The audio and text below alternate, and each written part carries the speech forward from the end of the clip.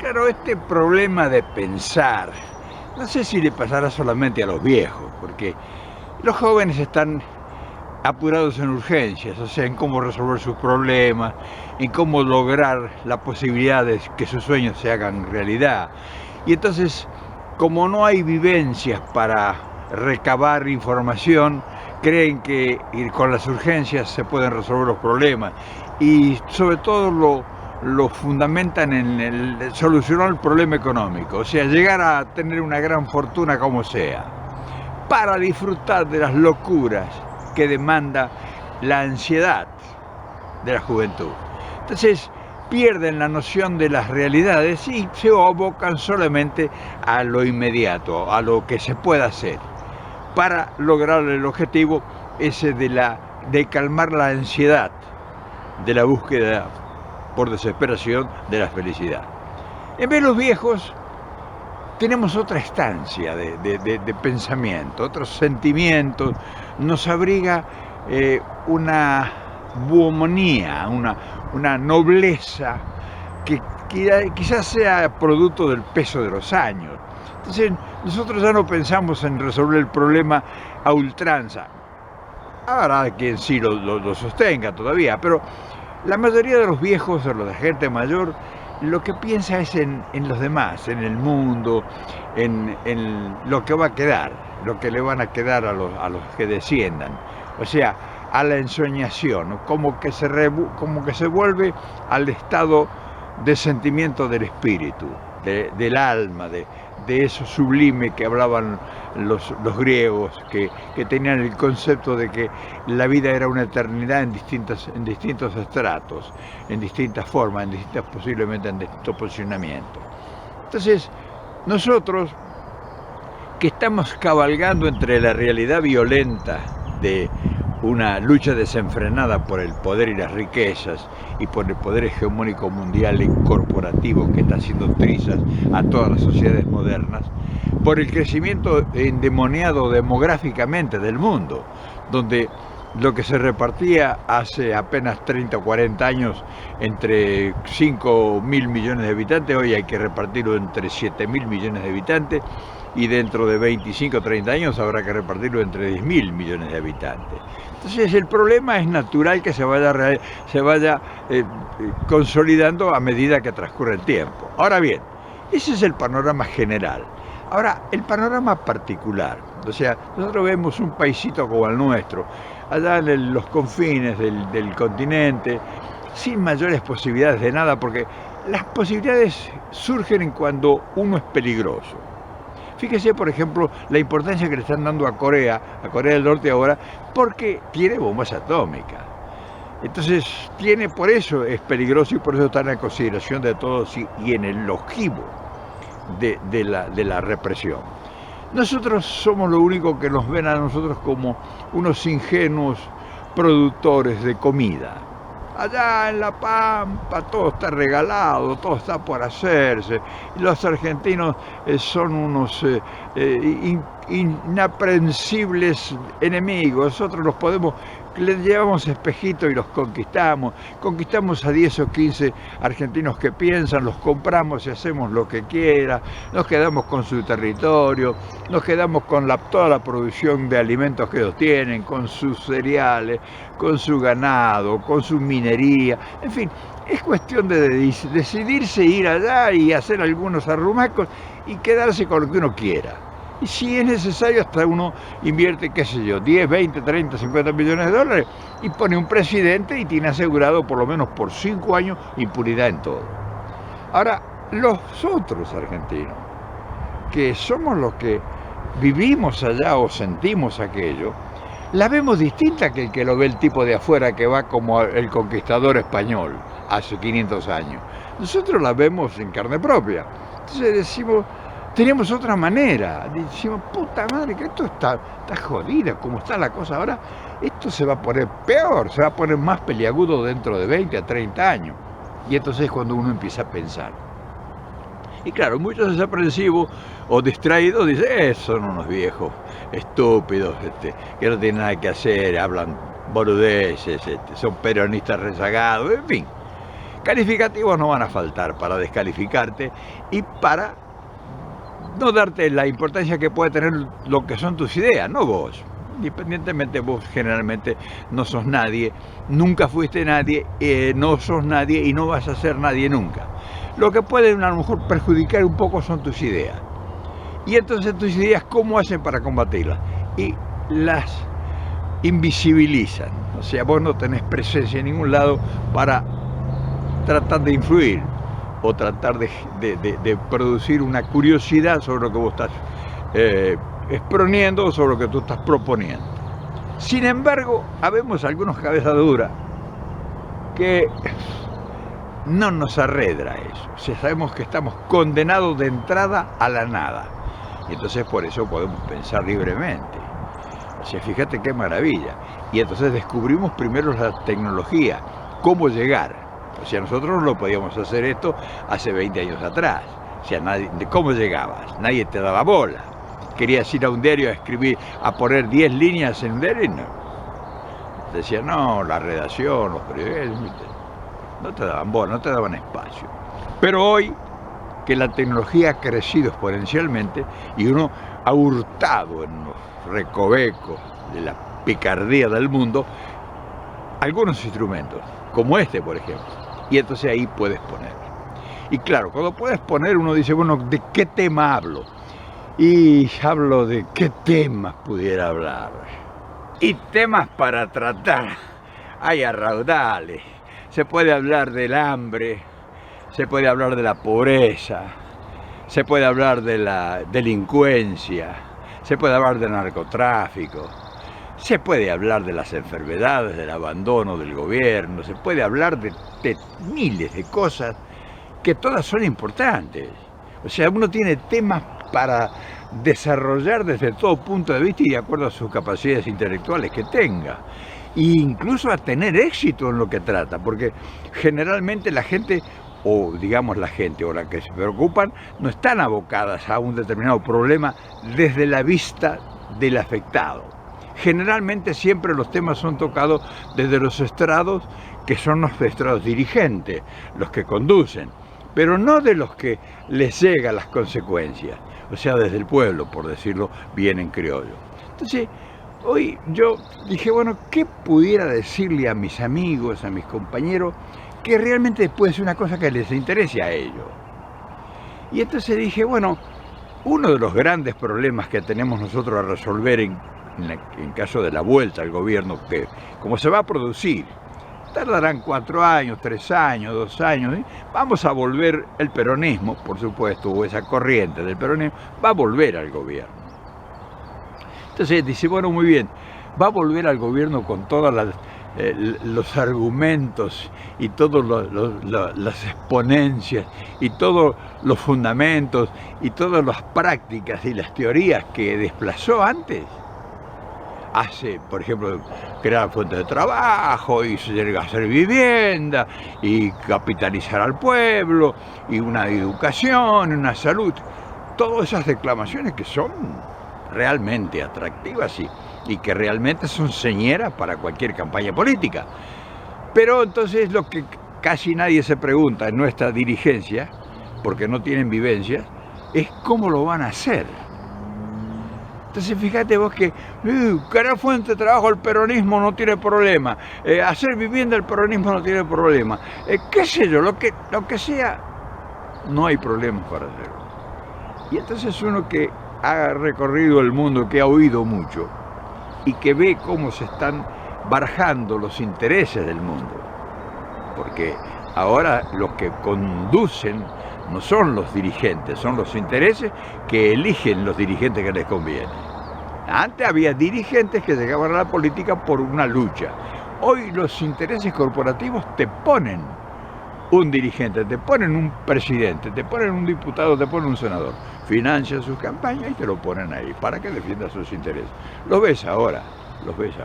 Entonces, vamos a tomar hoy un tema nada más, como muestra para ver si lo que nosotros hacemos tiene posibilidades de ser una cosa coherente con lo que venimos sosteniendo.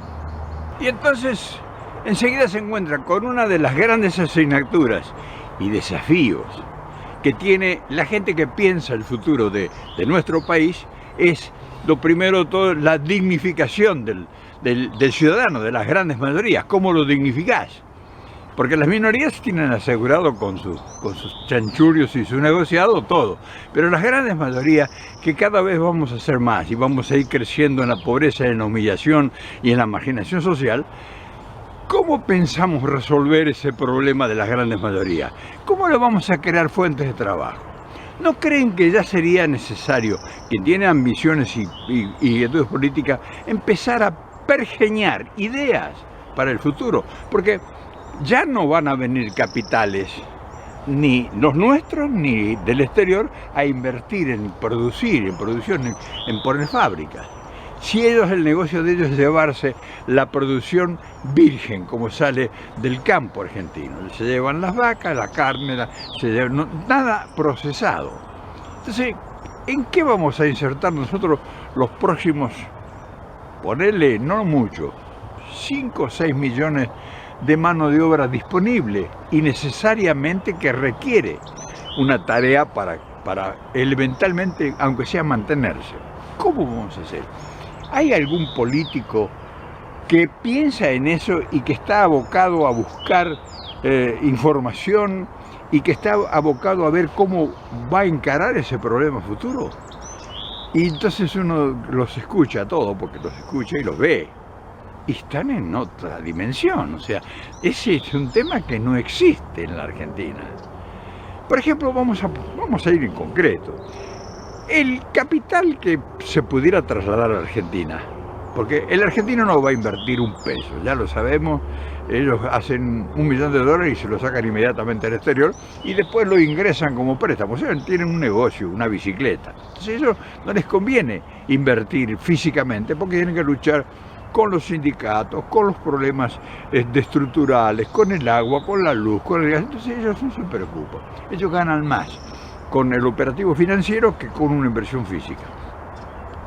Si alguna empresa llegara a la Argentina por costos, por impuestos, en fin, por lo que sea, porque hay muchas artimañas detrás de toda una manufactura de cualquier producto, por ejemplo los autos que fabrican las grandes corporaciones americanas en Argentina y europeas y japoneses, lo fabrican por la diferencia de costos, de impuestos.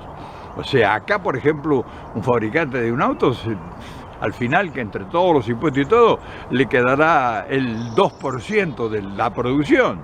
En Argentina le queda gana más la fábrica argentina de Ford que la fábrica argentina de Ford en Estados Unidos. Por la jugada de los impuestos, de los intereses y todo eso. Cosas muy complicadas que yo no sé, pero sí sé que por eso están fabricando allá. Entonces, la robótica. Eso es un gran fantasma, nadie lo toca, nadie lo analiza. No hay estudios en Argentina, desde nuestro posicionamiento de pueblo, de grandes mayorías, cómo enfrentar a la robótica.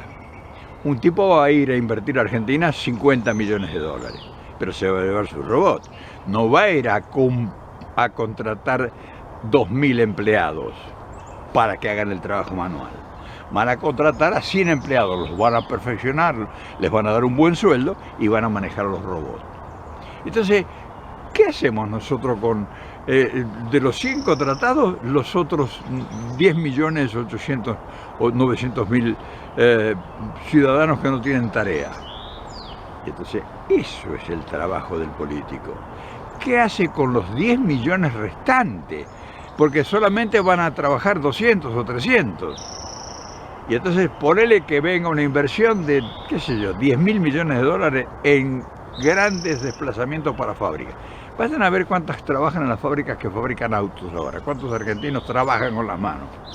Ya casi está todo robotizado. Entonces el político debe ocuparse de eso, porque cuando entre al gobierno dentro de 4 o 5 años, se va a enfrentar con eso. Imagínense dentro de 10 o 15 o 20 años cómo va a ser eso.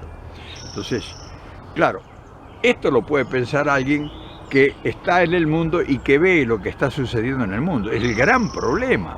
O sea, el aumento de la población mundial no va en relación con la ocupación que pueden tener las fuentes de trabajo, porque cada vez las fuentes de trabajo están siendo reemplazadas por la robótica. Y además las empresas tienen la seguridad que no tienen sindicalismo, que no tienen impuestos determinados y que hay una cantidad de prebendas, no tiene derechos sociales, no tiene reclamo, el robot no tiene ningún problema, no te pide nada, no te hace huelga, no te hace piquetes. Entonces, ¿te imaginas cómo enfrentar eso? Entonces yo creo que eso es un tema extraordinariamente importante y eso habría que empezar a hablar, ¿no te crees? Por lo tanto, ese tema, que es uno entre tanto, la seguridad, la salud, los medicamentos, la droga, qué sé yo, la falta de trabajo, la falta de vivienda, la vida miseria, pero por donde va a pasar el gran problema va a ser por el trabajo. Todo lo demás va a ser secundario, porque la gente si no tiene trabajo, ¿de qué vive? El gobierno no puede mantener a millones de personas de ninguna forma, o sea, lo va a hacer mal, van a ir en decadencia. Y entonces, ese problema del tema de la robótica tiene que tener creo que tendría que tener un trato muy especial y un estudio minucioso de las consecuencias de eso. Un tema que nadie habla de eso. Y nosotros vamos a ser dentro de 20, 25, 30 años 10, 15 millones más de habitantes. Y ese problema lo vamos a tener latente. Si vienen inversiones, van a venir inversiones no para crear miles de fuentes de trabajo. Entonces, ¿en qué insertamos? ¿Hay estudios? Tendríamos que ya empezar a hacer estudios para ver en dónde vamos a insertar a esa gente. Hay que crear otras actividades. ¿Qué actividades podemos crear? Por eso necesitamos rigurosamente estudios para eso, gente especializada que trate ese problema de los grandes desarrollos comunitarios, las grandes ciudades que hay que hacer nuevamente, con nuevas ciencias y nuevas tecnologías. ¿En dónde nos metemos? ¿Qué hacemos los argentinos que tienen una educación media o baja muchos? ¿Cómo los insertamos? Entonces, todo ese problema, que es un problema estructural del país, no es tratado. Todos estamos en babia. Entonces se dan cuenta que los viejos, cuando pensamos no en la inmediatez, sino en los demás, o sea, como dice Cristina La Patria, cuando pensamos en el otro, y tenemos unas deficiencias descomunales. Esto te lo quería traer hoy para que también sirva en tu acervo personal como argumento para que cuando algún político salga a decir estupideces, vos sepas que está hablando tonterías, que no está hablando de nada importante ni nada trascendente.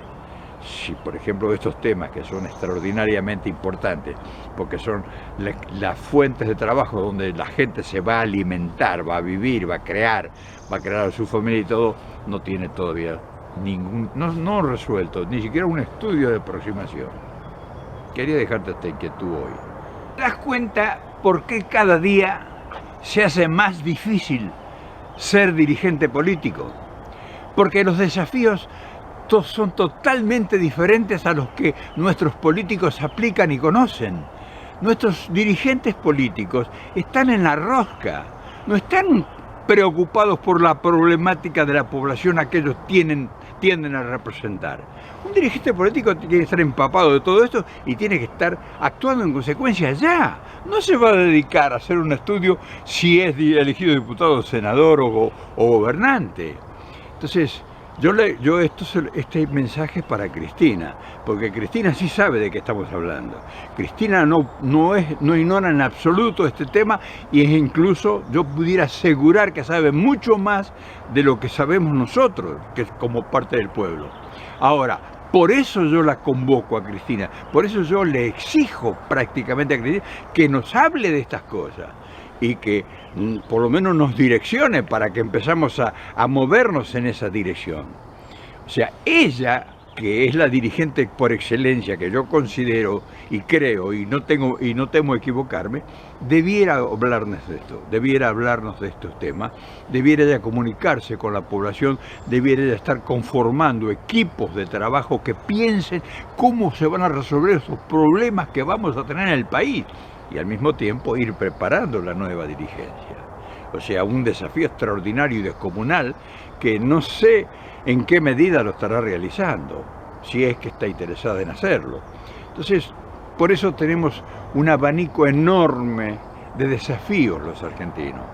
Y si no nos ocupamos de por lo menos empezar a detectarlos, imagínense qué futuro negro nos espera.